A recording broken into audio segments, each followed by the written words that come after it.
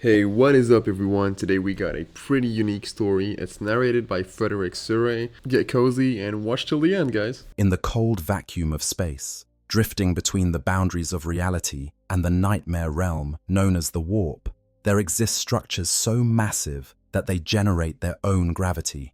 These are not planets, nor are they the mighty warships that patrol the Imperium's borders. These are the space hulks, and they represent something far more terrifying than any constructed vessel could ever be. They are amalgamations of catastrophe, monuments to millennia of loss, and homes to some of the most dangerous life forms in the galaxy. Today, we're going to explore what daily life actually looks like aboard these drifting tombs, and I promise you, it's nothing like the ordered existence you might imagine. The nature of the beast picture, if you will, not a single ship, but hundreds, perhaps thousands of vessels fused together by forces beyond human comprehension. A space hulk begins its existence when a ship becomes lost in the warp, that psychic dimension that makes faster-than-light travel possible, but exists as a realm of pure chaos and madness. When these vessels emerge from the warp, sometimes centuries or even millennia after they first entered, they don't always come back alone. The warp has a way of drawing things together, fusing metal to metal, ship to ship, creating structures that defy any rational understanding of engineering or physics. These conglomerations can span dozens of kilometers in length, made up of imperial cruisers, ancient merchant vessels, alien spacecraft, asteroids, comets, and debris from battles long forgotten. The oldest among them have been drifting for so long that they've accumulated layer upon layer of material, like some enormous cosmic pearl formed around the grit of disaster. They're wrapped in shells of black ice from their journeys through the void, their exteriors scarred by impacts with space debris and the corrosive touch of the warp itself. What makes space hulks truly remarkable, however, is that many of them are large enough to generate their own gravitational fields.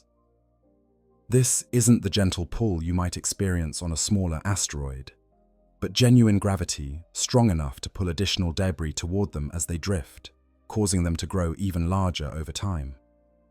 This same gravity allows them to maintain atmospheres within their twisted corridors, though what passes for air in these places is often a toxic mixture that would kill an unprotected human within minutes. Some sections might retain breathable atmosphere from the original ships, sealed away by chance behind bulkheads that happen to hold. Other areas might be completely airless or filled with gases that would melt your lungs if you were foolish enough to breathe them. The Imperium tracks these massive derelicts with a mixture of fear and desperate hope. Fear, because they represent potential vectors for alien invasion, corruption by the ruinous powers of chaos, or the spread of genestealer infestations that could doom entire worlds. Hope, because within their depths might lie technologies from the dark age of technology, archaeotech devices and standard template construct fragments that could revolutionize imperial capabilities. A single recovered STC database could change the balance of power in entire sectors, which is why the Adeptus Mechanicus pursues these hulks with religious fervor, seeing them as sacred reliquaries containing the lost knowledge of humanity's golden age. But for those who actually live aboard these structures, whether by choice or circumstance, the politics of the Imperium matter very little. What matters is survival, territory, food, and the constant awareness that you share your home with creatures that view you as either a threat or a meal. Space hulks drift through both real space and the warp seemingly at random, appearing without warning in populated systems before vanishing again just as mysteriously. For the inhabitants, this unpredictability is simply another aspect of existence, like the gravity fluctuations or the sections where time seems to flow at different rates. These aren't places where you can maintain any semblance of normal life. There are no regular schedules, no reliable power sources beyond what you can jury-rig from ancient systems or scavenge from newer sections. The very architecture works against you, with corridors that suddenly change direction, rooms that exist at impossible angles to one another, and passages that seem to lead in circles despite your best efforts to map them. This is what it means to live on a space hulk, to exist in a place where the normal rules of reality have been bent by the warp's touch, and where every day brings new challenges simply to remain alive. The twisted environment. Imagine walking through a corridor that was once the gun deck of an Imperial cruiser. The floor beneath your feet is solid enough, made of the same reinforced metal that once withstood the recoil of macro cannons. But then the corridor begins to curve, not gently like a ship's natural curve, but sharply, impossibly, until you find yourself walking on what your brain insists should be the wall. The gravity hasn't changed direction. Your body still feels the pull downward, but downward now means toward what was once a vertical surface. This is the reality of space hulk architecture, where the normal relationship between surfaces and gravity has been shattered by the violent fusion of multiple vessels. Your boots clang against the metal deck plates, the sound echoing in ways that seem wrong, bouncing off surfaces at angles that don't quite match what your eyes tell you about the space's geometry. Each step forward requires conscious thought because your brain keeps trying to convince you that you're about to fall off this wall you're walking on, even though your inner ear insists that gravity is pulling you firmly against the surface. Some people never adjust to this disconnection between visual and physical reality. They walk through the hulk in a constant state of vertigo, their equilibrium shot, occasionally stumbling or even falling, despite the fact that the gravity itself is perfectly consistent.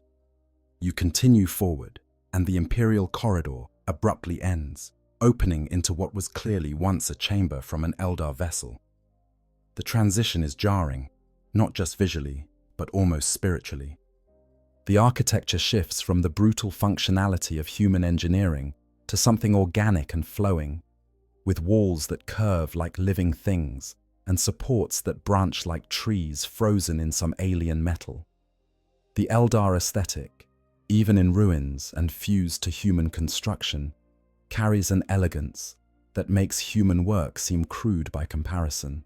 Every line flows into the next with a grace that suggests the original designers weren't building a ship, but growing it, shaping it like sculpture, rather than assembling it like machinery.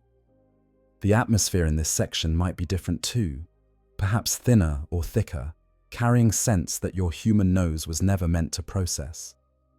The Eldar, as a species, experience reality through senses that don't directly map onto human perception, and their environmental systems were built to accommodate this different sensory experience.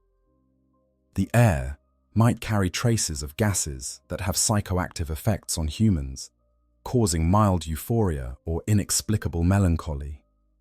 The temperature might be calibrated for a species that experiences heat differently than humans do, leaving you either shivering or sweating without any middle ground. If you're lucky, you've got a rebreather to filter out the worst of it, one of the precious pieces of equipment that separates those who can safely explore the hulk from those who can only survive in the relatively safe sections. If you're not, you learn to take shallow breaths and ignore the burning in your lungs. You develop a kind of unconscious risk calculation, weighing the need to keep moving against the cumulative damage that breathing toxic air causes to your respiratory system. Some survivors develop chronic coughing that never quite goes away, their lungs scarred by years of exposure to atmospheres that were never meant to support human life. The temperature varies wildly from section to section, creating a patchwork of climate zones that can change dramatically within the space of a few dozen meters.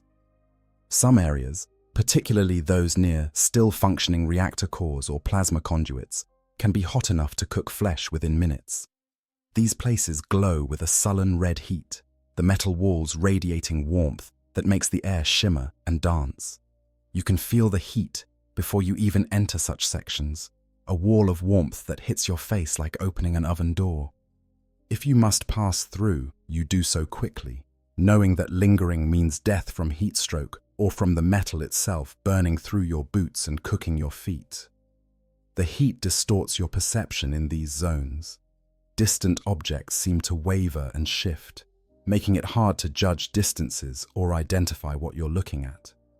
The thermal radiation can overwhelm night vision equipment if you're lucky enough to have such technology, reducing you to navigating by the feel of the walls and counting steps. The metal itself becomes dangerous to touch, not just hot, but sometimes hot enough to ignite clothing or cause immediate third-degree burns. Survivors learn to recognize the warning signs, the way air currents feel different near hot zones, the subtle changes in how sound carries through metal that's been heated to extreme temperatures. Other sections, especially those that have been exposed to the void or are far from any heat source, exist at temperatures far below freezing.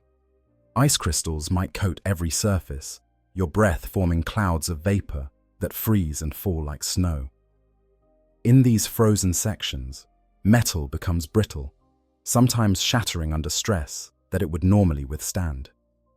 Your extremities go numb quickly, fingers and toes losing feeling as your body prioritizes keeping your core warm.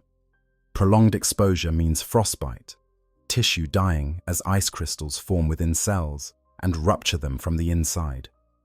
The worst cases see people lose fingers, toes, or even entire limbs to the cold.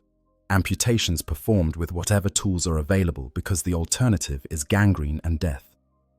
In between these extremes, you might find areas at something approaching comfortable temperatures, but comfort is a relative term when you're never sure if the bulkhead beside you might suddenly fail, exposing you to hard vacuum. Lighting is another constant challenge. In the rare sections where original power systems still function, you might have actual illumination from overhead fixtures, though the lights often flicker or shine in colors that hurt human eyes, artifacts of alien design, or corrupted power systems. Most of the Hulk exists in varying degrees of darkness, from deep gloom to absolute blackness so complete that your torch beam seems to be swallowed after only a few meters.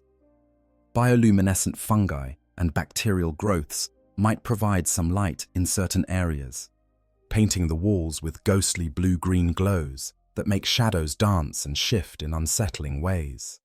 The darkness isn't just a practical problem, though that's certainly an issue. It's also psychological. Humans weren't meant to live in perpetual night, and those who spend too long in the Hulk's darker sections often report increasing paranoia, the sense that something is watching from just beyond the edge of their light.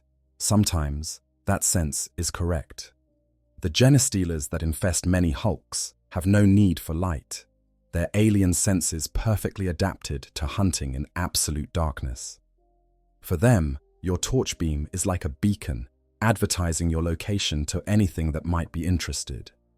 Water is both scarce and occasionally abundant. Some sections have intact moisture recycling systems that still produce potable water, though you'd better have a strong stomach and a willingness to ignore what that water might have passed through before reaching you. Other areas accumulate water from condensation, forming pools in low points or dripping steadily from overhead pipes. This water is rarely clean, often contaminated with chemicals, biological waste, or worse. But when you're dying of thirst, you learn to be less picky about such things. Some inhabitants of the Hulks become quite skilled at identifying which water sources are merely disgusting versus which ones are actually lethal. The sounds of the Hulk are a constant presence, a symphony of mechanical decay and structural stress. Metal groans as temperature differentials cause expansion and contraction. Pipes bang and rattle with the flow of various fluids or gases. Somewhere in the distance, you might hear the whine of a power system struggling to maintain operation, or the crash of debris falling in some other section. These ambient sounds become so constant that you learn to tune them out, which means that when something genuinely dangerous makes a noise, you might not notice it until too late. Air quality varies dramatically based on location. The best areas have something approaching breathable atmosphere, though usually with higher carbon dioxide levels than you'd prefer, and often carrying a strange metallic taste that you can never quite get used to. Worse sections might have lower oxygen content, leaving you perpetually short of breath, or higher concentrations of various industrial chemicals that cause headaches and nausea. the very worst areas are actually toxic, filled with gases that would kill you quickly or slowly, depending on the specific composition. Learning to read the signs of dangerous atmosphere, from the way your torch flame behaves to subtle changes in the air's smell or taste, becomes a survival skill. Gravity, as mentioned, is rarely uniform. You might walk from an area with Earth normal gravity into a section where you weigh half what you should, or twice as much. Some areas have no gravity at all, requiring you to pull yourself along handholds or push off surfaces to maneuver. The transitions between these zones can be abrupt and disorienting, and more than one inhabitant of a space hulk has been killed by failing to recognize a gravity transition before stepping off what they thought was a floor into what turned out to be a fatal fall. The structure itself is in a constant state of slow decay. Bulkheads weaken and eventually fail, opening sections to vacuum or connecting previously separate areas. Deck plates rust through or simply vanish, creating deadly pitfalls into the depths below. Support beams bend and buckle under stresses they were never designed to bear. Living on a space hulk means accepting that the environment itself is actively hostile, that the very structure around you is slowly falling apart, and there's nothing you can do about it, except try to stay ahead of the decay. And then there are the sections that simply don't make sense, where the warp's touch has been particularly strong. Rooms that are larger on the inside than the outside. Corridors that loop back on themselves in ways that violate three-dimensional geometry. Spaces where the angles are wrong in ways that hurt to look at, where doorways open into chambers that couldn't possibly fit within the surrounding structure. These areas are avoided when possible, because prolonged exposure to impossible architecture has a way of breaking human minds, leaving people catatonic or raving mad. The warp's corruption. The warp, that realm of pure psychic energy and chaos that space hulks pass through in their endless drift, doesn't simply transport these structures from one place to another. It changes them, corrupts them, leaves its mark in ways both subtle and profound.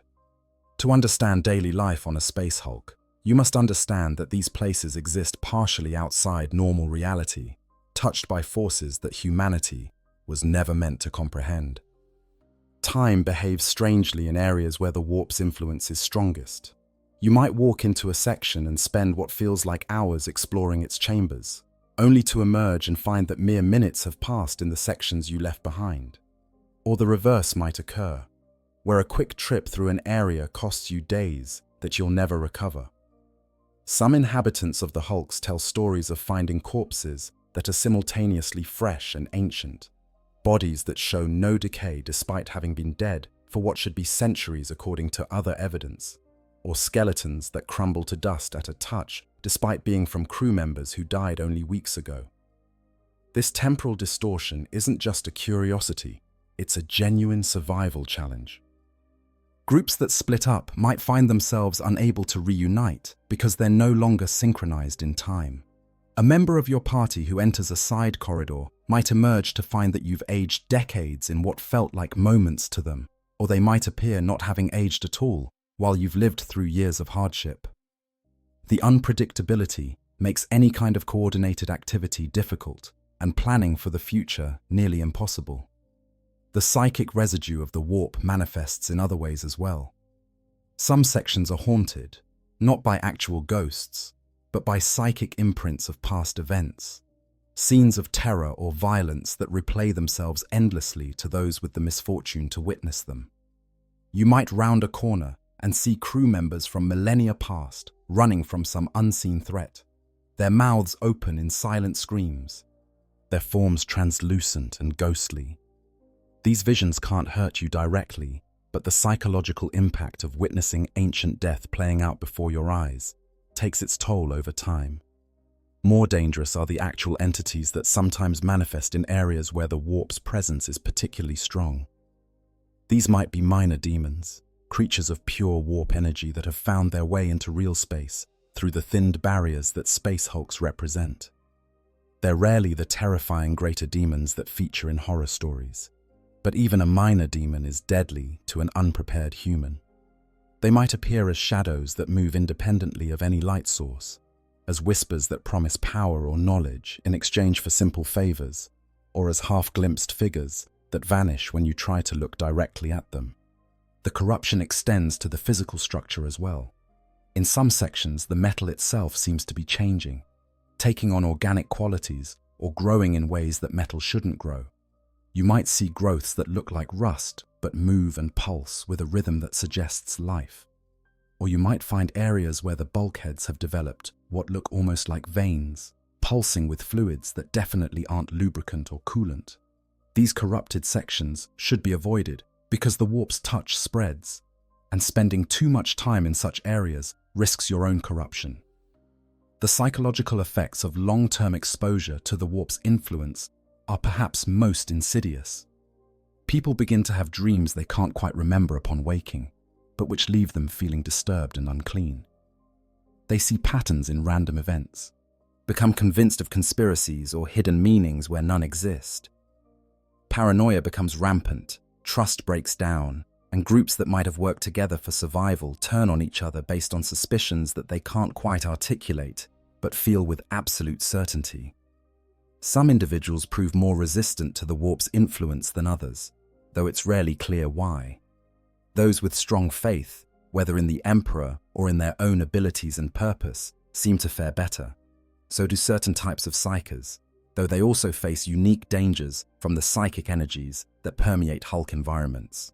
For the average person, the best defense is to maintain routines and human connections, to hold on to the things that make you human even when everything around you is trying to strip away your sanity. The unpredictable transitions between real space and the warp add another layer of danger to life aboard these structures. When a Hulk begins to shift from one realm to another, the first sign is usually a change in the ambient sound, a rising hum or vibration that you feel in your bones more than hear. The air might take on a strange quality, becoming heavier or seeming to shimmer. Those with any psychic sensitivity at all report feeling ill, with headaches and nausea that worsen as the transition progresses. During the actual moment of transition, reality itself seems to blur. Solid walls might become translucent, letting you see through into other sections or into the warp itself, which is an experience that no sane person wants. The gravity can fluctuate wildly, making it dangerous to be anywhere you might fall, and the psychic pressure intensifies to the point where even non-psychers can sense it, a feeling of something vast and malevolent pressing down on them from all sides. Those who survive these transitions learn to recognize the warning signs and take shelter in the most stable sections they can find, usually areas with the least warp corruption. They secure themselves against the gravity fluctuations and pray, if they're the praying type, that when the Hulk emerges, it will be in a location where rescue might be possible. Of course, the Hulk might just as easily emerge in the void between stars, or deep within a zone controlled by hostile aliens, or even back in the warp for another unknowable period of drifting. The Genestealer infestation. Of all the creatures that make space Hulks their home, none are as perfectly adapted to the environment as the Genestealers. These Xenos organisms, vanguard creatures of the Tyrannid hive fleets, have evolved over millions of years to be the ultimate ambush predators in enclosed spaces. A single Genestealer, with its 4 arms ending in razor-sharp claws, its speed that makes it a blur of purple chitin and alien fury, and its intelligence that borders on cunning, can kill a squad of Imperial guardsmen before they can react. A brood of hundreds or thousands makes entire sections of a Hulk absolutely impassable to anything but the most heavily armed forces. The Genestealer organism represents a masterpiece of evolutionary design, though calling it evolution does these creatures a disservice. They are purpose-built bioweapons, created by the Tyrannid hive mind to serve as the vanguard of invasion, to infiltrate and weaken target worlds before the main hive fleet arrives. Every aspect of their physiology serves this purpose, from the rending claws that can tear through ceramite armor to the ovipositor-like organ hidden within their mouths that delivers the genetic payload that will ensure their species' propagation. Understanding a genestealer's daily routine requires understanding how fundamentally different their perception of reality is from human experience. They don't see the world through visual light as we do. Instead, they perceive through a combination of thermal sensing, electromagnetic field detection, and something that can only be described as a psychic awareness of living things around them. In the absolute darkness that humans find terrifying, genestealers move with perfect confidence, their alien senses painting a picture of their environment that's probably more detailed than what we could see with perfect lighting. For the genestealers, daily life aboard a space hulk is about maintaining territory, hunting for food, and propagating their species. They establish nests in the deepest, darkest sections, areas where the corridors are narrowest and the darkness is most complete. Here they gather, the larger patriarch at the center, surrounded by its brood, all of them connected through a psychic bond that allows them to coordinate with terrifying efficiency. The nest becomes home base, a place where prey is dragged to be consumed and where new genestealers are spawned.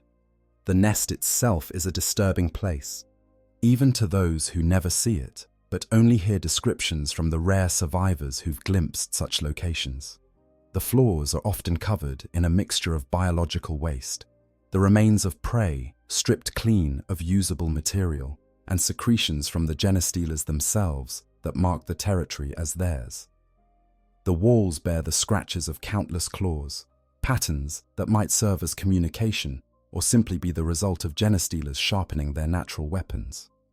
The air, if there is any, carries a scent that humans describe as simultaneously metallic and organic, like blood mixed with something alien that the human nose was never meant to process. The patriarch dominates the nest, both physically and psychically.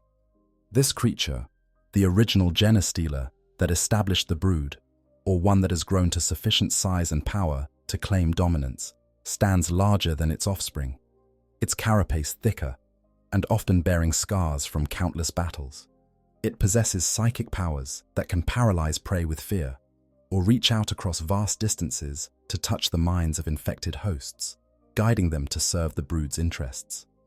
The patriarch is not just the leader, but the anchor point of the brood's collective consciousness, the node through which all the individual genestealers connect to form something approaching a hive mind. Around the patriarch, the rest of the brood maintains a strict but instinctual hierarchy. Larger, older genestealers hold positions of status, leading hunting parties and claiming the choicest portions of kills. Younger, smaller specimens defer to their elders, learning through observation and psychic impression how to hunt, how to kill, and how to survive. This isn't a conscious social structure like humans might create, but rather an emergent pattern that arises from the brood's psychic interconnection and the simple reality that larger, stronger genestealers can impose their will on weaker ones. Hunting takes up much of a genestealer's active time. They move through the hulk's ventilation systems, through crawl spaces and access tunnels that humans would find impossibly tight. Their bodies are remarkably flexible despite their apparent armored appearance, capable of squeezing through gaps that seem far too small for a creature of their size. They use this mobility to create a three-dimensional network of hunting routes, able to approach potential prey from any direction including above and below. The hunt itself follows patterns refined over millions of years of evolutionary development. A genestealer will identify potential prey through its various senses, tracking the electromagnetic signature of operating equipment, the thermal bloom of a living body, or simply the psychic presence that all living things generate. Once prey is located, the genestealer doesn't immediately attack. Instead, it stalks, following at a distance, learning the prey's patterns of movement, identifying weaknesses in their vigilance, and waiting for the optimal moment to strike. Patience is perhaps the genestealer's greatest weapon. These creatures can remain in ambush position for hours, days, or even weeks if necessary, their alien metabolism allowing them to enter states of suspended animation where they require minimal energy. A genestealer might wedge itself into a ceiling vent, perfectly motionless, while dozens of potential prey pass beneath it unaware, simply because none of them presented the ideal opportunity for attack. When the right moment comes, perhaps when a lone individual separates from their group, or when someone's attention is distracted, the genestealer explodes into motion with such speed that the human eye can barely track it. Hunting takes up much of a genestealer's active time. They move through the Hulk's ventilation systems, through crawl spaces and access tunnels that humans would find impossibly tight. Their alien metabolism allows them to remain motionless for hours or even days, waiting in perfect ambush position for prey to pass by. When they strike, it's with explosive speed, their claws capable of tearing through ceramite armor or metal bulkheads with equal ease. The kill is usually quick, more out of efficiency than mercy, as the genestealer drags its victim away to be consumed or implanted. The implantation process is how genestealers truly propagate. Through specialized organs in their mouths, they can insert genetic material into a host, rewriting the victim's DNA at a fundamental level. The host survives this process initially, often not even realizing they've been infected. But when they reproduce, their offspring will be hybrids, part human and part genestealer. Over successive generations, these hybrids become more and more alien, until the fourth generation produces pure strain genestealers that are indistinguishable from those that implanted the original host. When a space hulk contains a significant human population, whether survivors from the original crew or new inhabitants who've boarded for various reasons, the genestealers often establish what's called a genestealer cult.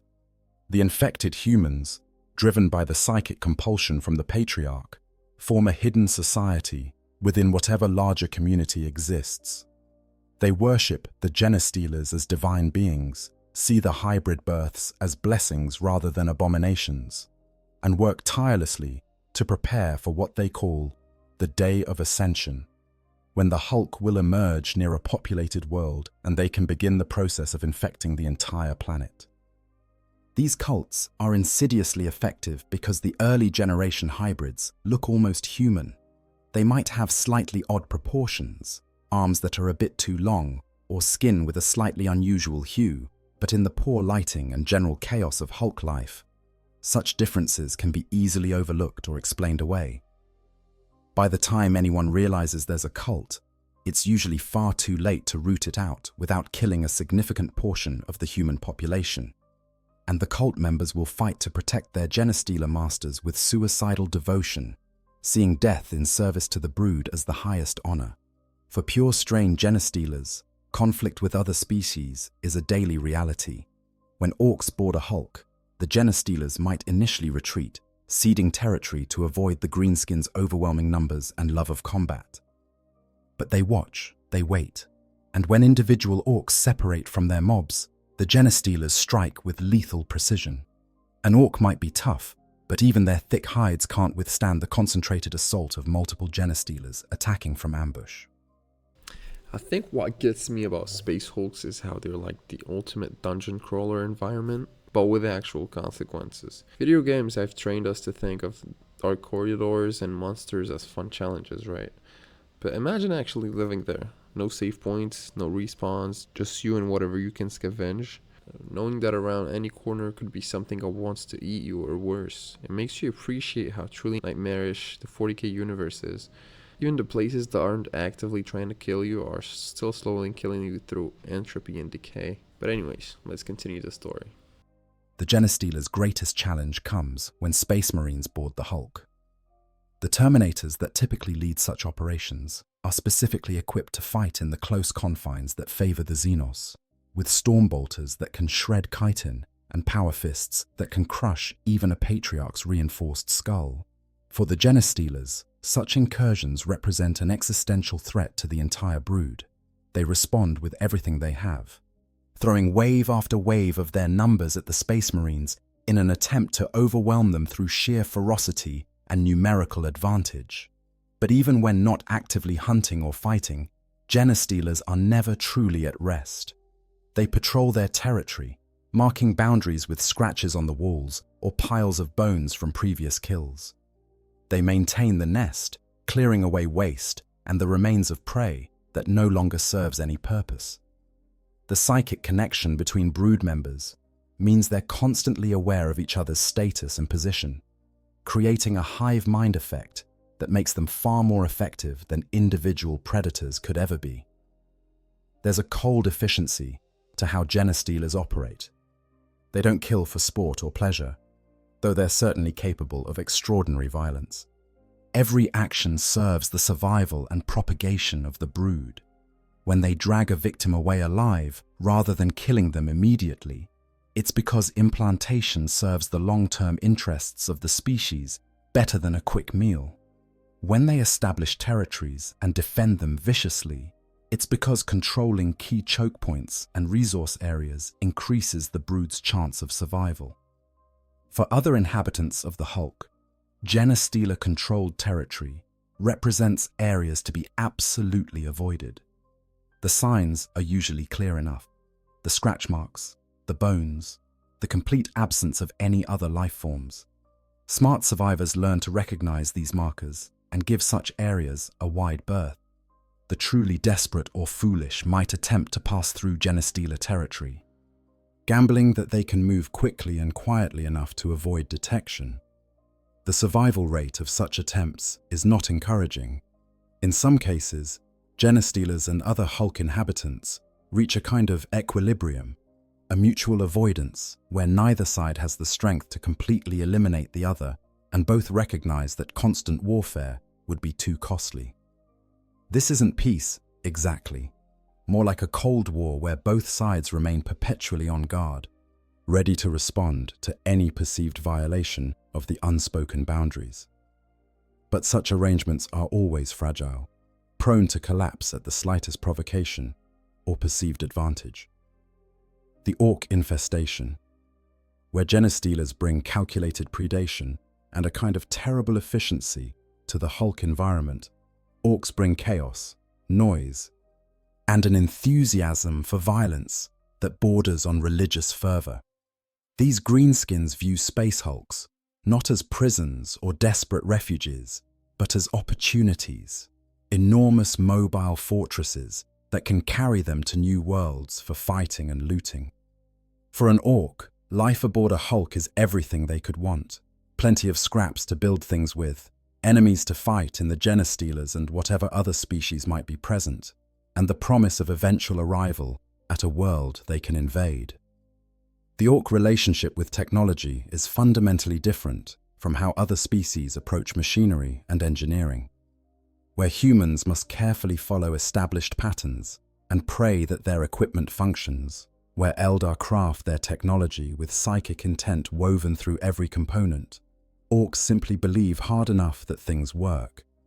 And through some property of their collective psychic field, those things do work. A gun assembled from scrap metal and held together with what looks like chewing gum shouldn't fire, yet in Orc hands it blazes away happily.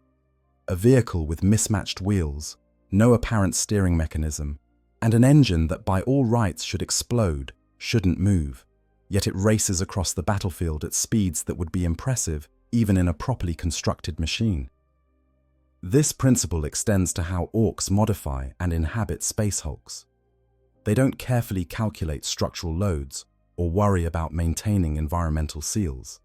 They smash through bulkheads when they want a new passage, weld random pieces of metal together when a support beam looks weak, and run power cables in ways that would make any sane engineer weep. And yet, somehow, it works. The sections they occupy don't collapse. The power systems continue to function after a fashion, and the environmental controls keep producing something that Orcs can breathe, even if it would probably poison most other species. The daily routine of Orcs aboard a Space Hulk centers around three main activities: fighting, building, and fighting about building. The fighting needs little explanation, as Orcs are physically incapable of resisting a good brawl. It's wired into their genetic code, a fundamental part of their being. Disputes over territory, access to the best salvage, questions of who's in charge, or simply boredom can all trigger combat between orc mobs. Two orcs will square off, trading blows with fists, wrenches, or whatever improvised weapons come to hand. While their fellows gather around to watch and offer commentary, these fights are ritualized to a degree, following unspoken rules that all orcs seem to understand instinctively. There's a proper way to challenge someone, a proper way to respond, and proper ways to conduct the fight itself. Violations of these rules result in losing face, which is almost worse than losing the fight itself. But within those parameters, anything goes. Headbutts, eye gouges, biting, using weapons, calling in your mates to help. It's all considered fair play as long as it's done with the right attitude. The fights rarely result in permanent enmities, though, as orcs genuinely enjoy combat and hold no grudges about being hit in the head with a wrench. It's considered a form of communication, a way to sort out status and hierarchy without all the tedious talking that other species seem to favor. An orc who loses a fight one day might challenge the same opponent again the next, hoping that this time the outcome will be different. Or they might not, perfectly content with their new understanding of where they stand relative to their opponent. They'll be back to working together once the immediate disagreement is settled through application of violence, and they might even share drinks afterward, if there's anything available that qualifies as a beverage. The building is where orcs truly excel in the Hulk environment. Mech boys, the orc engineers, who possess an almost supernatural understanding of technology that shouldn't work but does when orcs believe in it hard enough, find space hulks to be paradise. Every section contains new parts to salvage, new materials to work with, new systems that can be looted, modified, and repurposed. They roam the Hulk with their Gretchen assistants in tow, pulling components from walls, stripping anything that looks useful, and dragging it all back to their workshops. The Gretchen serve as a combination of servants, tools, and test subjects, performing the jobs that are too small, too dangerous, or too boring for the mech boys to bother with personally. In these workshops, which are usually just sections of the Hulk that the mech boys have claimed and filled with their salvage, the real magic happens. The space becomes a combination of forge, laboratory, and garbage dump with materials piled in heaps that look random but which the mech boy can navigate with perfect knowledge of where everything is. Fires burn in improvised forges, heating metal to working temperature. Sparks fly from welding operations that join components that should never be joined. The air fills with the smell of burning metal, ozone from electrical discharges, and various fumes from processes that probably shouldn't be performed without proper ventilation. Using materials that range from advanced Imperial tech to random pipes and wiring, the mech boys construct weapons, armor, vehicles, and various devices that serve purposes only they truly understand. A gun might be built from the firing mechanism of a ship's point defense turret, parts of a vending machine, and what looks like a toaster, but in orc hands, it'll fire with devastating effect, spitting projectiles that range from simple bullets to explosive rounds to mysterious energy blasts that leave scorch marks in impossible colors. The weapon's appearance is often as intimidating as its function, covered in spikes, skulls, and other decorations that serve no practical purpose but make the gun look properly threatening. The vehicles are particularly impressive, ramshackle constructions that combine elements from multiple sources into something that barely resembles any known design, but somehow functions. A mech boy might start with the chassis from a human truck, add wheels salvaged from entirely different vehicles that don't quite match in size, install an engine that came from something that flew through the air rather than rolled on the ground, and somehow create a transport that can carry a dozen orcs at speeds that would be impressive even in a purpose-built racing vehicle. The fact that the vehicle is likely to explode, fall apart, or simply stop working at some random moment doesn't particularly concern the orcs. That's just part of the fun. The modifications extend to the Hulk itself. Orcs don't just passively occupy these structures, they reshape them to suit their needs. They cut new passages using enormous chain axes or plasma cutters, creating shortcuts between sections or expanding areas to accommodate their growing numbers.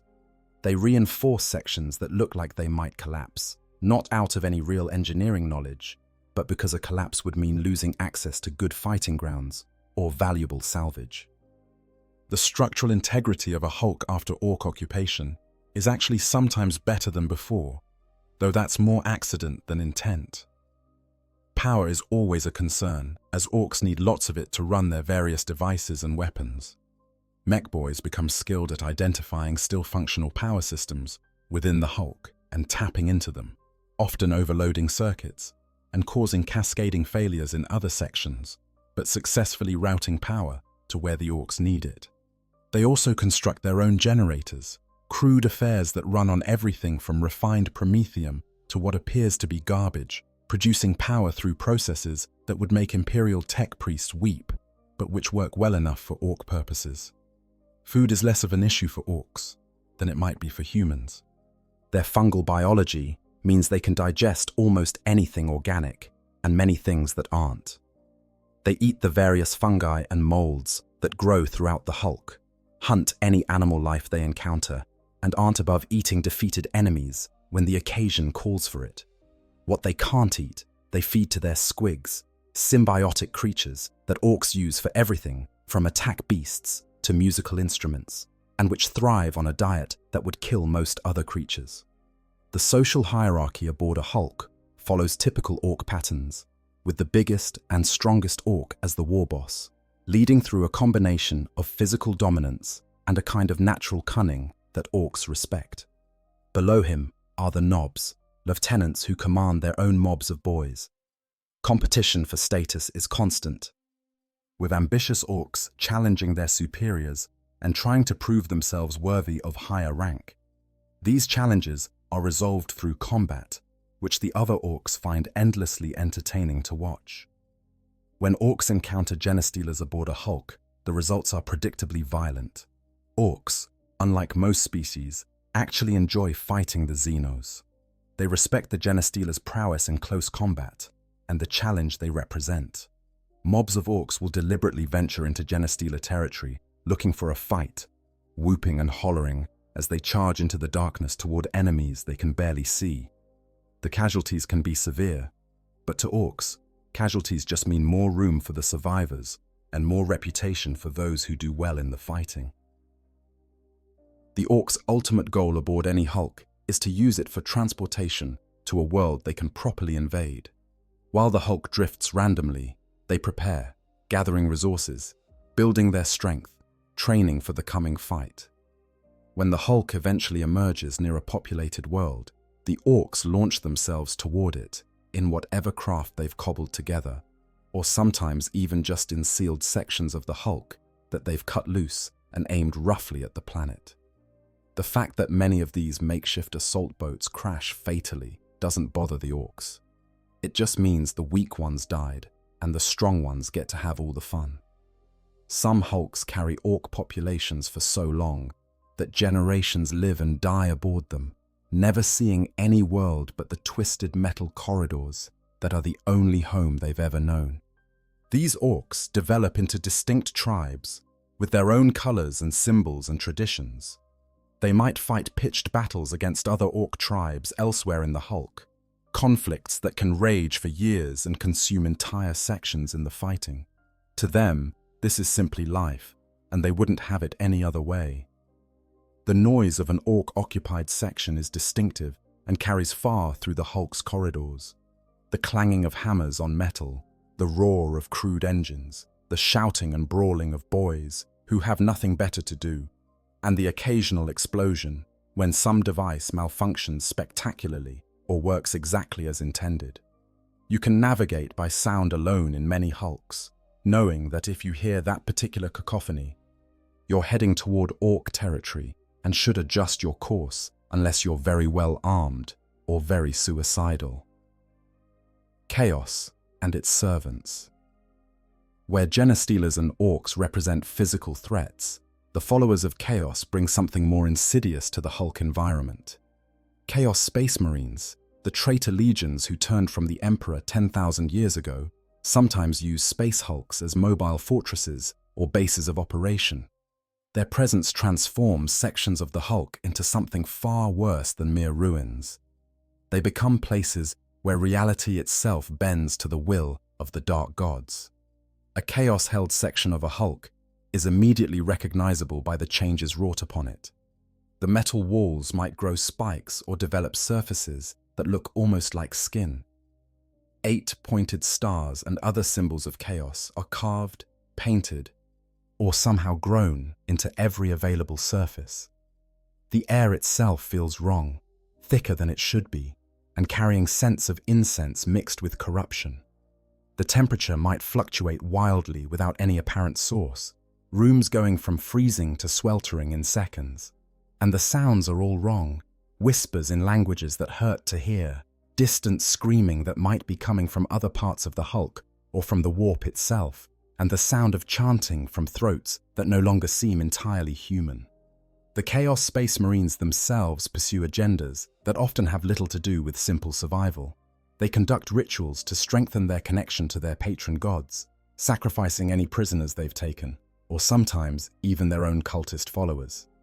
These rituals serve multiple purposes. They can summon demons to fight for them, corrupt the very structure of the Hulk to better serve their needs, or simply curry favor with entities that exist beyond human comprehension.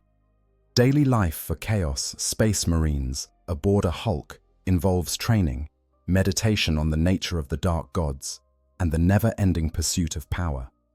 They're not like the loyalist Space Marines they once were, where their former brothers maintain discipline and structure. The traitors have each descended into obsessions that reflect their patron deity.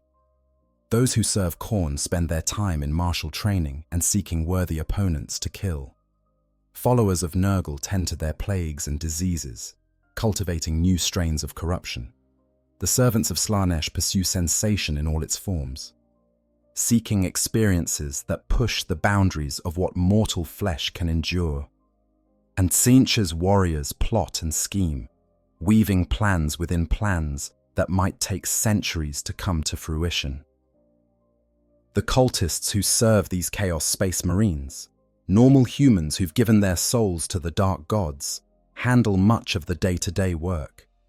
They maintain the weapons and armor, conduct the minor rituals that don't require a Space Marine's presence, and fight and die on behalf of their masters.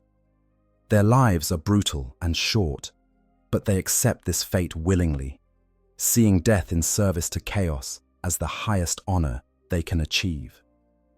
Many have been driven mad by their exposure to the warp's corrupting influence, speaking in tongues or developing mutations that mark them as chaos's own. Demons, those entities of pure warp energy that can manifest in real space when the barriers are weak enough, are sometimes present in chaos-held sections. These aren't the massive, greater demons of legend, but lesser beings nonetheless capable of terrible violence. They might appear as hovering balls of flame with eyes that track your every movement, or as shadows with too many limbs that reach out from corners, or as barely visible distortions in the air that leave a feeling of dread in their wake.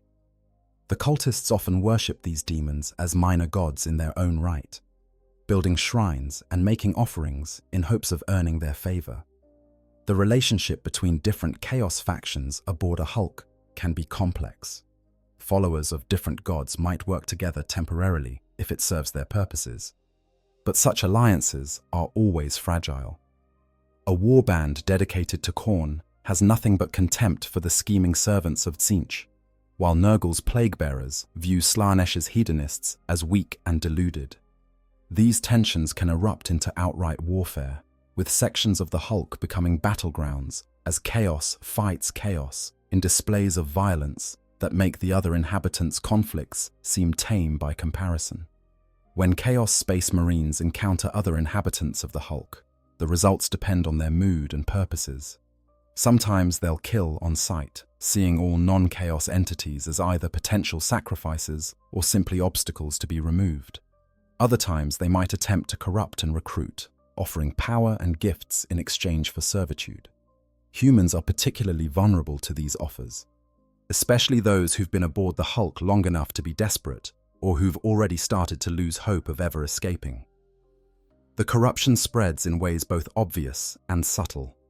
An object that looks perfectly normal might carry the taint of chaos, slowly influencing anyone who uses it toward acts they would never have considered before.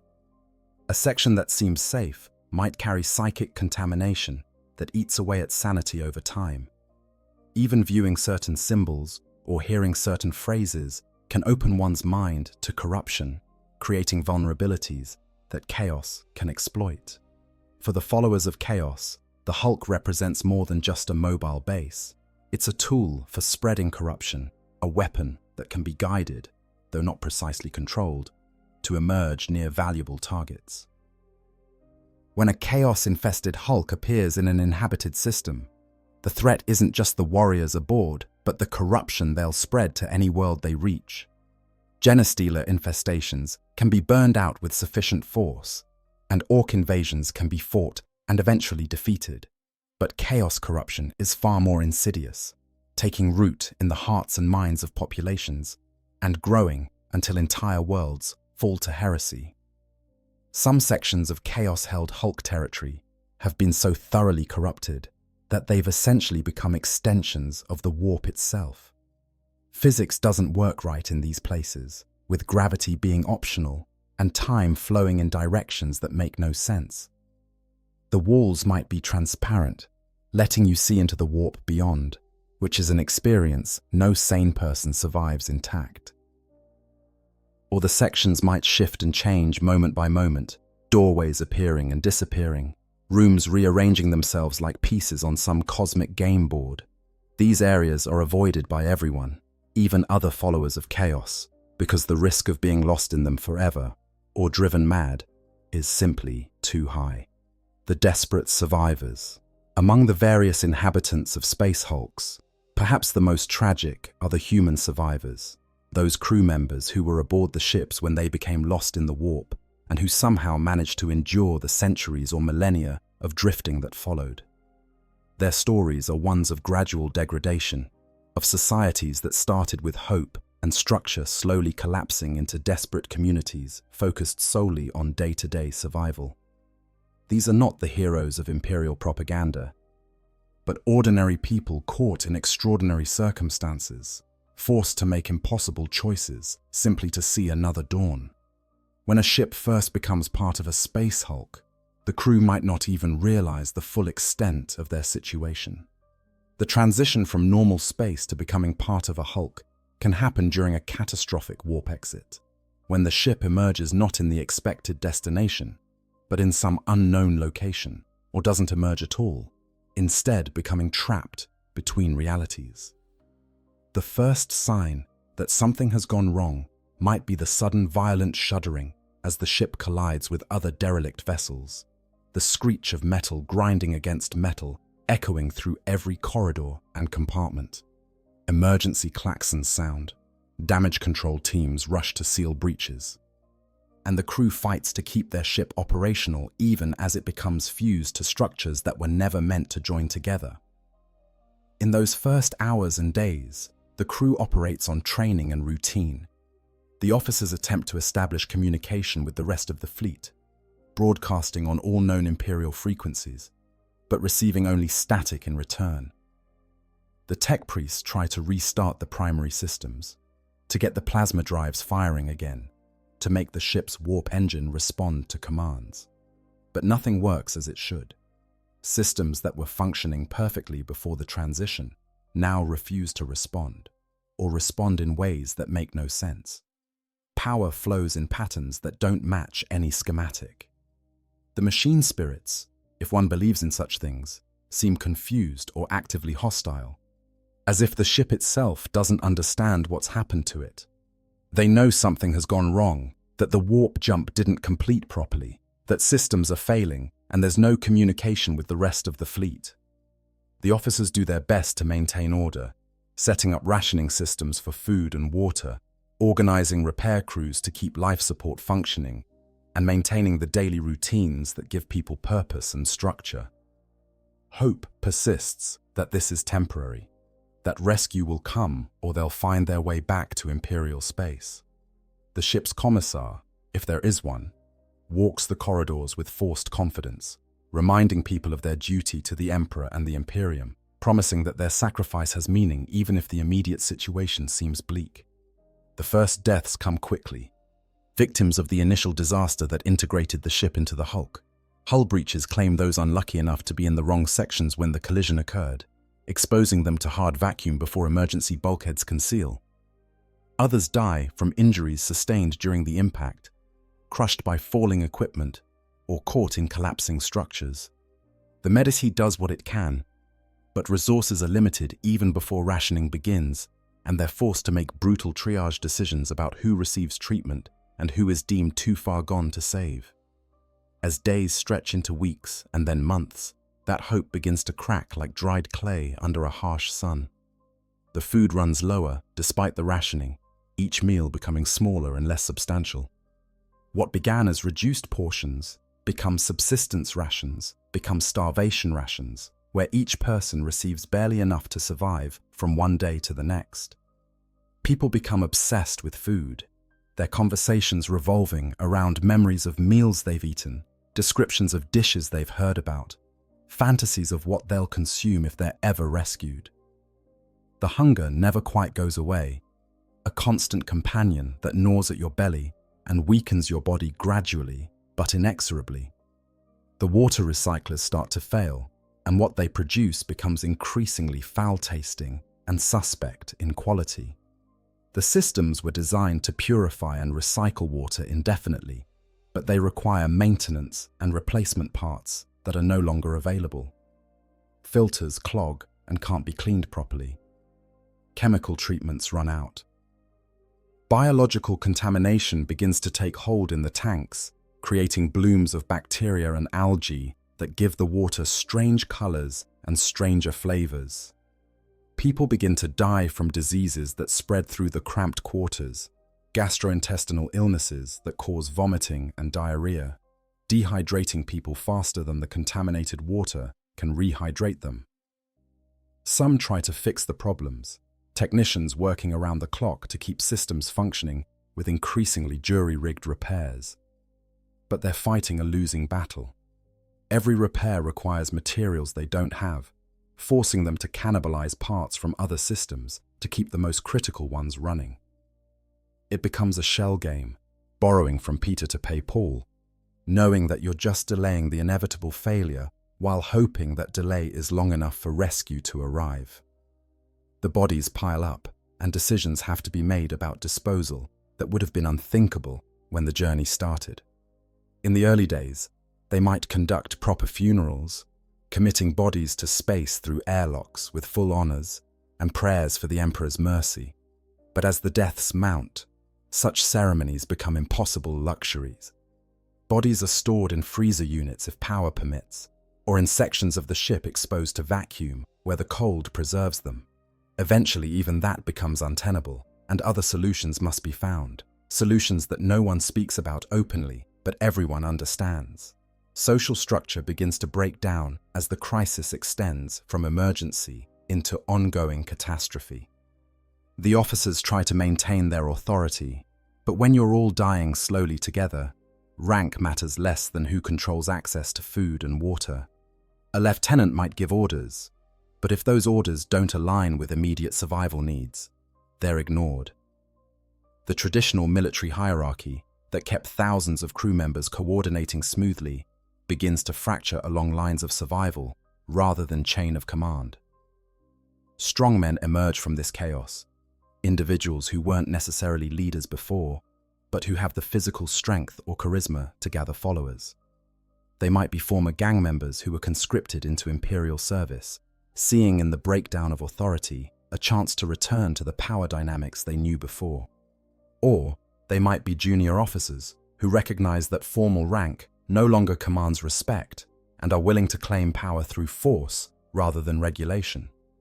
They carve out territory within the ship, declaring certain sections as theirs and defending them against all comers.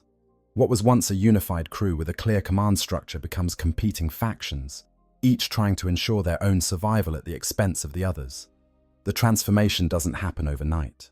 It's gradual, a slow erosion of civilized behavior as people become more desperate. First, there are disputes over ration distribution, people claiming they didn't receive their fair share, or that someone else is getting more than they should. These disputes escalate to shoving matches, then fistfights, then organized raids, where one group tries to seize another's supplies. The first time someone is killed over food, it's shocking, unthinkable. But the second time is less so, and the third time even less. Eventually, violence becomes just another tool for survival, no more remarkable than any other aspect of daily life. Some manage to establish something approaching stability despite the general collapse. They organize themselves into small communities, usually based around a source of food or water. These might be formed by people who knew each other before the disaster, crew members from the same section who've banded together for mutual protection. Or they might be coalitions of convenience, disparate individuals who've agreed to work together because none of them are strong enough to survive alone. These groups develop their own customs and rules, often quite different from imperial norms. Leadership might be hereditary, passed from parent to child in communities that persist for generations, or it might be based on whatever skill the community values most. Fighting ability to defend against threats, technical knowledge to keep systems running, or simply the wisdom of experience. These communities can persist for generations, with children being born who know nothing but the Hulk and who hear stories of outside as legends that might as well be fairy tales.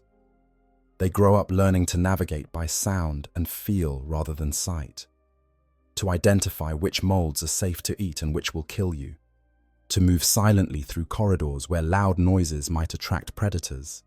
Their entire worldview is shaped by the Hulk's environment, and they often can't conceive of any other way to live.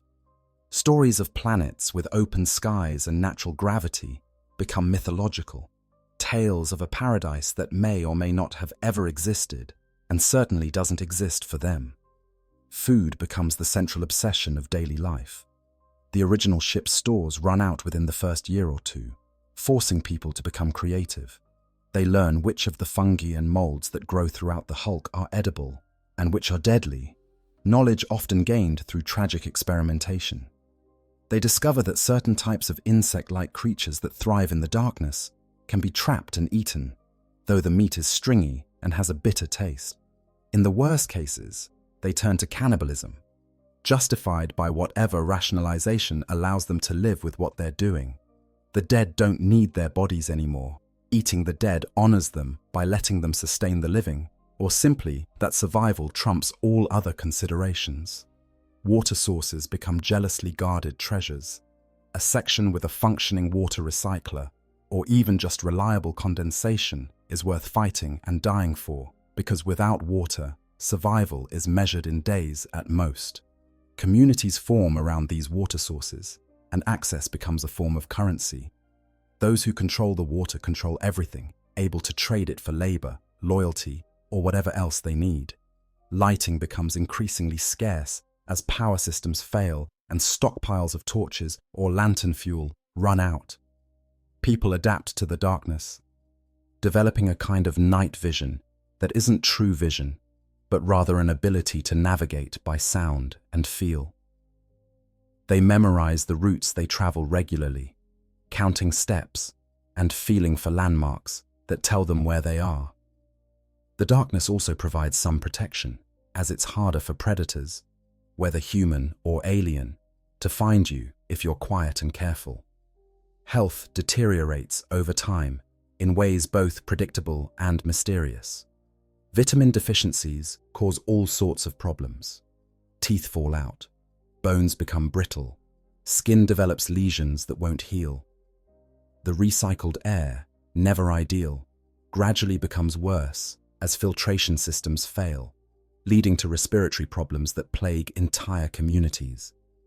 Strange illnesses crop up, possibly from exposure to substances aboard the alien ships that make up parts of the Hulk, or from the warp's influence, or from any number of unknown causes. Without proper medical care, even minor injuries can become lethal infections. Reproduction becomes a complicated issue. On one hand, new children are the only hope for the community's long-term survival. On the other hand, Every new mouth to feed strains already limited resources, and children are particularly vulnerable to all the hazards of Hulk life. Different communities handle this in different ways. Some actively encourage reproduction, seeing it as a duty to ensure the group continues. Others enforce strict population controls, allowing only certain individuals to have children or limiting the number per family. The most desperate might resort to infanticide, killing newborns who show any sign of mutation or weakness to preserve resources for those more likely to survive. Mental health is an even more serious concern than physical health. The isolation, the darkness, the constant stress, and the gradual loss of hope all take their toll. Depression becomes endemic, with many people simply giving up and wasting away despite having access to food and water. Others develop various forms of psychosis, becoming paranoid or delusional, seeing conspiracies everywhere or hearing voices that tell them to do terrible things. The communities that survive are those that find ways to maintain some sense of purpose and meaning, whether through religion, storytelling, or simple determination. The survivors develop a complex relationship with the other inhabitants of the Hulk. They fear and hate the Genestealers, seeing them as monsters that kill and corrupt without mercy. But they've also learned to avoid Genestealer territory, knowing the signs and giving those areas wide berth. The Orcs are both a threat and an opportunity, dangerous to encounter directly, but their presence often means there's salvage to be found in abandoned areas, materials left behind that the humans can use. Chaos is universally feared, as even those who've never heard of the Dark Gods can sense that there's something fundamentally wrong about the corrupted sections, something that threatens not just your life, but your very soul. Some survivors maintain hope of eventual rescue. They keep watches, looking for any sign that the Hulk has emerged in inhabited space. They maintain whatever communications gear they have, transmitting distress signals on the slim chance someone will hear and respond. They preserve knowledge of the outside world, teaching their children about the Imperium and the Emperor, about how humanity is supposed to live. Others give up on rescue and focus simply on surviving from one day to the next, no longer caring about the larger universe beyond the immediate reality of their existence. The saddest cases are those who've been aboard the Hulk for so many generations that they've forgotten they're human. They've adapted so completely to the environment that they no longer remember there was ever anything else. They might have degraded language, speaking in fragments and signs rather than proper Gothic. They might have developed physical changes, whether from mutation or simply from generations of living in unique conditions, that make them look less than human. Some have even lost the ability to live in normal conditions. Survivors rescued from Hulks have sometimes died when exposed to fresh air and normal gravity, their bodies so adapted to the Hulk that they can't readjust to the outside world. The value of archaeotech.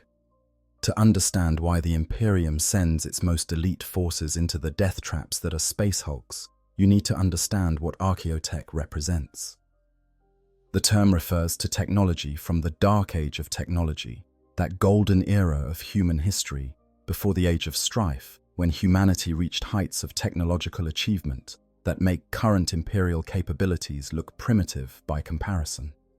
Much of that knowledge was lost during the chaos that followed, leaving the Imperium struggling to maintain and understand the technology it has, much less create new innovations. A standard template construct, or STC, database contains complete blueprints and manufacturing instructions for everything from personal weapons to massive void ships, along with all the theoretical knowledge needed to understand and modify those designs. A complete, uncorrupted STC is literally priceless, worth more than entire systems. Even fragments of STCs, containing instructions for a single item or piece of technology, can revolutionize Imperial capabilities. The discovery of an STC for a new pattern of knife once caused celebration throughout the Adeptus Mechanicus and led to the Tech Priest, who found it being elevated to positions of high honor. Space Hulks, particularly those that contain ships from the dark age of technology, are potential treasure troves of such knowledge. The ship's databanks might contain fragments of STC information. Their cargo holds might contain archaeotech devices that can be studied and potentially reproduced. Even just understanding how certain systems worked could lead to improvements in current technology. This is why the Adeptus Mechanicus pursues Hulk exploration with such fervor, often accompanying Space Marine boarding parties or even leading their own expeditions when they feel the potential rewards justify the enormous risks. But archaeotech isn't limited to just data. Physical devices from the Dark Age often possess capabilities that seem almost magical by current standards. A power field generator that makes the wearer nearly immune to weapons fire. Medical devices that can heal injuries that would otherwise be fatal. Weapons that fire projectiles that phase through matter or generate miniature black holes. The sheer variety of archaeotech is staggering, and even identifying what a particular device does can be challenging without risking activation and potentially catastrophic results. The Mechanicus has developed protocols for Hulk exploration specifically designed to maximize archaeotech recovery. When they board a Hulk, they release hundreds or even thousands of servo skulls and automated explorer units that map the structure and search for power signatures. These autonomous units probe into areas too dangerous for humans, documenting everything they find and transmitting the data back to the main expedition. When a servo skull is destroyed, which happens frequently, that location is flagged as containing potential threats that will need to be dealt with before any detailed exploration can occur. The top priority for any Mechanicus expedition is disabling any active warp engines within the Hulk. As long as functional warp drives exist, the Hulk can slip back into the Imperium at any moment, potentially stranding the expedition or simply vanishing with all its treasures. Teams of tech priests, usually accompanied by Space Marine Terminators for protection, make their way to any detected power signatures, working to render the engines permanently inert. Only once this is accomplished can the real work of exploration and recovery begin. Identifying archaeotech can be challenging. Not every old device is worth recovering, and space hulks contain vast amounts of simple junk along with the occasional treasure. Tech priests must evaluate each find, determining whether it's worth the effort to extract and study. Factors include the device's apparent age, any visible markings or manufacturer information, the sophistication of its design, and simply whether it seems to be something the Mechanicus hasn't seen before. Given the limited time any expedition has aboard a Hulk before conditions become untenable, tough decisions must be made about what to take and what to leave behind. The recovery process itself is often difficult and dangerous. Archaeotech might be located in areas controlled by hostile forces, requiring combat operations to secure access. It might be physically integrated into the Hulk's structure, requiring careful cutting and extraction to avoid damage. Some devices might still be powered after thousands of years, presenting risks if they're disturbed. And there's always the possibility that what seems like a piece of valuable technology is actually a trap, either one deliberately set by previous inhabitants, or simply the result of ancient systems malfunctioning in dangerous ways. Transport presents another challenge. Archaeotech is valuable precisely because it's unique and often irreplaceable. Breaking it during extraction or transport defeats the entire purpose of recovery. Special containers and transport systems are used, designed to protect against shock, temperature changes, and radiation. In some cases, entire sections of the Hulk might be cut loose and towed away if they contain particularly valuable finds that can't be safely removed from their current location. Not all archaeotech comes from human sources. Space hulks often contain ships and artifacts from alien species, some of which predate humanity's rise to dominance. Eldar technology, with its psycho-responsive systems and matter manipulation capabilities, is particularly prized, though it's also particularly dangerous to study. Necron technology, should any be found, would be even more valuable, though also incredibly hazardous given that Necrons have a tendency to wake up and start killing anything nearby when their equipment is disturbed. The competition for archaeotech can be fierce. When a space hulk appears in multiple factions' spheres of influence, or when different branches of the Imperium both claim the right to explore it, conflicts can arise. The Adeptus Mechanicus might clash with Space Marine chapters over who has priority. Rogue traders might attempt independent expeditions, seeing the potential for enormous profit. In some cases, these disputes are resolved through negotiation and formal agreements. In others, they lead to actual combat, with Imperial forces fighting each other over access to the Hulk's treasures. The long-term impact of archaeotech recovery can be profound. A particularly valuable find might lead to the establishment of new forge worlds dedicated to studying and reproducing the technology. It might enable the creation of new weapons that shift the balance of power in ongoing wars. Or it might simply maintain the status quo, replacing lost knowledge that would otherwise doom certain technologies to extinction as the last individuals who understood them die off. But for every success story of valuable archaeotech recovered and put to use, there are dozens of failures, expeditions that found nothing of value or that were wiped out by hostile forces before they could extract their finds. Archaeotech that proved to be corrupted by chaos or otherwise dangerous to use. Devices that couldn't be reproduced because some key element of their construction was simply beyond current Imperial capabilities. The Mechanicus accepts these failures as inevitable costs of the search, maintaining that even one major find justifies thousands of failed expeditions. Daily conflict and territory. Life aboard a space hulk is characterized by constant, low-level conflict, punctuated by occasional eruptions of full-scale warfare, with multiple factions sharing the same confined space and competing for the same limited resources. Friction is inevitable. Territory becomes the fundamental unit of power and survival, with every group trying to hold and expand the areas under their control, while denying others access to critical resources. The nature of conflict varies dramatically based on who's fighting whom. When human survivors clash with each other, it's often over specific resources, a water source, a food cache, or access to a particular route through the hulk. These fights are typically small-scale, maybe a dozen individuals on each side, using whatever weapons they've managed to construct or salvage. The combat is brutal, but rarely sophisticated, more like brawls than battles, with victory going to whichever group is more desperate or better armed. When Genestealers attack humans, it's almost always an ambush. The Xenos wait in the darkness, completely silent and motionless, until prey passes within striking distance. The attack is explosive and usually over within seconds, with the Genestealers either succeeding in killing or capturing their target, or retreating back into the shadows if the prey proves too well defended. Human victories against Genestealers typically come not from defeating them in direct combat, but from avoiding them entirely through constant vigilance and careful route planning. Orc Genestealer conflicts are different in character. The Orcs actively seek out the Xenos for the sheer joy of fighting them, treating each encounter like a game or sport.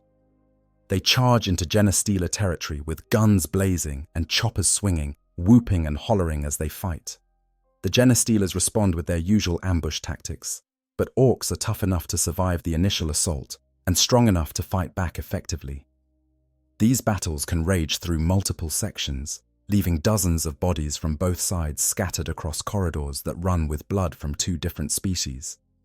When Chaos forces become involved in conflicts, everything escalates. They don't just fight for territory or resources, they fight to spread corruption and serve their dark gods. A battle that might have been over quickly if it were just humans or Orcs against Genestealers can turn into a prolonged nightmare when Chaos Space Marines intervene. They have the advantage of superior training and equipment, but they're also relatively few in number, which means they typically try to use their cultist followers as shock troops while conserving their own strength for critical moments. Territorial boundaries are often marked by makeshift barricades, piles of rubble, or simply areas where conflicting groups have fought often enough that everyone knows not to cross certain lines without expecting violence. Some boundaries are more formal, particularly between human communities that have reached some kind of understanding. These might be marked with actual markers or signs, warning that beyond this point you're entering another group's territory and should expect to be challenged or turned away. Choke points become crucial strategic locations. A single narrow corridor that provides access to multiple sections can be worth tremendous effort to control, as it allows whoever holds it to regulate traffic and potentially extract tribute from anyone who wants to pass. Natural choke points include damaged areas where the hull has partially collapsed, leaving only a small gap to squeeze through, or sections where you have to pass through a series of sealed doors that can be easily defended. Some areas of the hulk become neutral ground through mutual understanding or necessity. A rare section with functioning medical equipment might be treated as off-limits to conflict, with all factions agreeing not to fight there because everyone benefits from having access to medical care. Similarly, certain water sources might be shared under strict protocols that prevent any one group from monopolizing them, though these arrangements are always fragile and prone to break down when one side feels they have the strength to take exclusive control. Raids are a constant feature of Hulk life. A group that's struggling for resources might launch a raid against a better supplied neighbor, trying to steal food, water, or equipment before retreating back to their own territory. These raids require careful planning and intelligence gathering, learning the target's defenses and identifying the best approach routes. Success can mean the difference between survival and starvation. Failure can mean losing members to death, or capture and potentially provoking a retaliatory raid that destroys what little you had. Ambushes are common, particularly in sections where the visibility is poor and there are plenty of places to hide. A group traveling through contested territory might find themselves suddenly attacked from multiple directions, with enemies appearing from behind bulkheads or dropping down from overhead accessways. The key to surviving ambushes is either traveling in sufficient numbers that attackers think twice before engaging, or moving so carefully and quietly that you can detect potential ambush sites and avoid them. Technology plays a significant role in territorial conflicts. Groups with functioning weapons, even simple firearms, have enormous advantages over those limited to makeshift melee weapons. Armor, even just thick clothing or pieces of metal plate tied over vital areas, can mean the difference between a wound that's survivable and one that's immediately fatal. Communications equipment, allowing groups to coordinate over distance, represents a force multiplier that's almost impossible to overcome without similar technology. The most successful groups in Hulk conflicts are those that can adapt and learn from their experiences. They study their enemies' tactics and develop countermeasures. They identify weaknesses in their own defenses and shore them up. They form alliances when beneficial and break them when necessary. This learning process is continuous, as the situation aboard any Hulk is constantly evolving based on changes in population, resource availability, and external threats. Some conflicts become long-running affairs, with battle lines that barely shift over months or years. This happens when two roughly equal forces end up controlling adjacent territories, and neither can gain the advantage needed to push the other out. These stalemates often develop their own culture, with informal truces during certain periods, exchanges of prisoners, and even limited trade between enemies who recognize that mutual survival is better than mutual destruction. The arrival of Space Marines completely changes the conflict dynamics aboard a Hulk. Suddenly, all the local power structures become irrelevant. The Terminators carve through whatever resistance they encounter with casual efficiency, their Stormbolters shredding Genostealers and their Power Fists pulverizing Orcs. Even Chaos Space Marines must respect the threat that a determined boarding party represents. The local inhabitants often try to stay out of the way entirely, knowing that getting caught in the crossfire when Space Marines are operating is usually fatal. the eternal cycle. Standing in the depths of a space hulk, surrounded by the darkness and the sounds of distant conflicts, you can feel the weight of time in a way that's hard to describe. These structures aren't temporary phenomena, not crisis situations that will be resolved within days or weeks or even years. Some have been drifting for thousands of years, accumulating layer after layer of ships and debris, growing larger and more complex with each century that passes. The oldest sections might contain technology and materials from before the age of strife, from when humanity stood at heights of achievement that seem almost mythical now. Ships launched during the dark age of technology, when human science could create marvels that current tech priests can barely comprehend, much less reproduce. And yet the Hulk continues, oblivious to the passage of time, drifting through space and the warp, according to rules no one fully understands. The Hulks themselves become archives in a way, preserving snapshots of different eras of galactic history. A section from an Imperial Navy cruiser built during the Great Crusade sits fused to a merchant vessel from the Age of Strife, which in turn connects to an alien craft from a species that may no longer exist anywhere else in the galaxy. Walking through a space hulk is like walking through a museum of disasters, each fused ship representing a story of catastrophe, of crews lost, of journeys that never reached their destinations. The Hulk doesn't care about these stories. It simply accumulates them, layer upon layer, becoming a monument to failure and loss that drifts eternally through the void. For those who inhabit the Hulks, time becomes almost meaningless in the conventional sense. There are no days and nights, just an endless procession of wake periods and sleep periods, marked only by your own fatigue and hunger. The human body craves routine, needs the rhythm of day and night to maintain psychological stability, but the Hulk provides no such rhythm. You wake when you wake, sleep when exhaustion forces you to, eat when food is available and hunger drives you.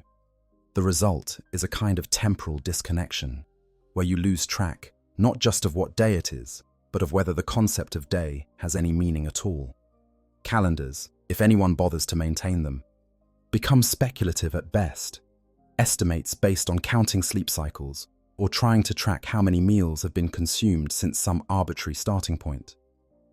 Different communities might mark time differently, one group counting days since their ship was absorbed into the Hulk, another measuring time in generations of leadership, a third simply not bothering to track time at all beyond immediate needs.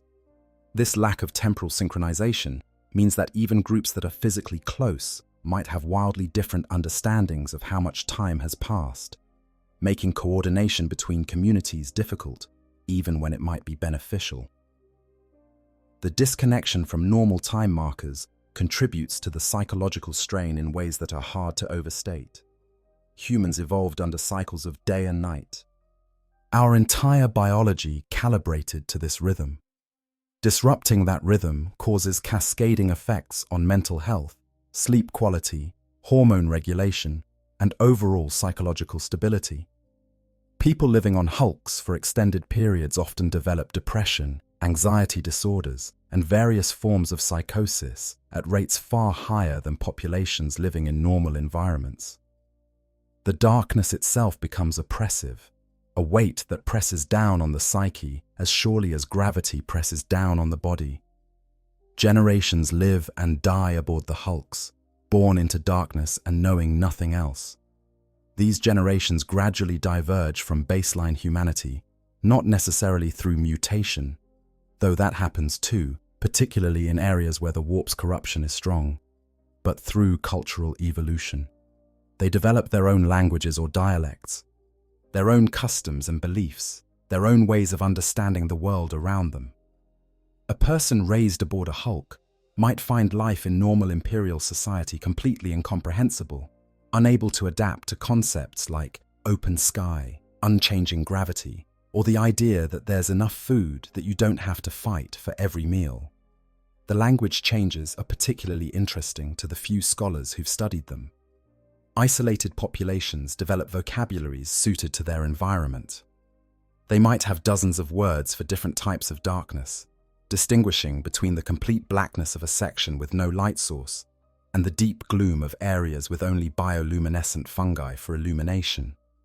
They develop extensive terminology for describing the sounds the Hulk makes, able to identify by ear whether a particular groan means structural stress or just thermal contraction. But they might lose words for concepts they never experience. Colors, beyond the limited spectrum available in their environment, weather phenomena, or social structures more complex than their small communities can support. Cultural practices evolve in response to the environment's demands. Religious beliefs might shift to accommodate the reality of living in a place that seems to exist outside the Emperor's light. Some communities maintain orthodox imperial faith, seeing their suffering as a test of devotion that will be rewarded in the afterlife. Others develop syncretic beliefs, blending emperor worship with practices designed to appease the Hulk itself, treating it almost as a malevolent deity that must be negotiated with. And some abandon the imperial faith entirely, either descending into superstition and ancestor worship or, in the worst cases, becoming susceptible to the whispers of chaos entities that promise power and survival in exchange for devotion. The very structure of the Hulks changes over time, but so slowly that inhabitants might not notice within their lifetimes unless they're keeping detailed records. Corridors gradually narrow as corrosion and decay eat away at the bulkheads, the metal itself slowly breaking down at the molecular level. Sections that were once accessible become sealed off when key passages collapse, cutting off entire areas and potentially dooming anyone trapped within them. New routes open up as structural failures create unintended connections between previously separate areas, suddenly linking communities that had no idea the others existed. The maps that groups try to maintain become outdated quickly, requiring constant updates and leading to situations where the only reliable navigation is memory and experience. Long-term inhabitants develop an almost supernatural ability to navigate the Hulk's twisted geography, able to find their way through sections where every corridor looks identical to outside observers.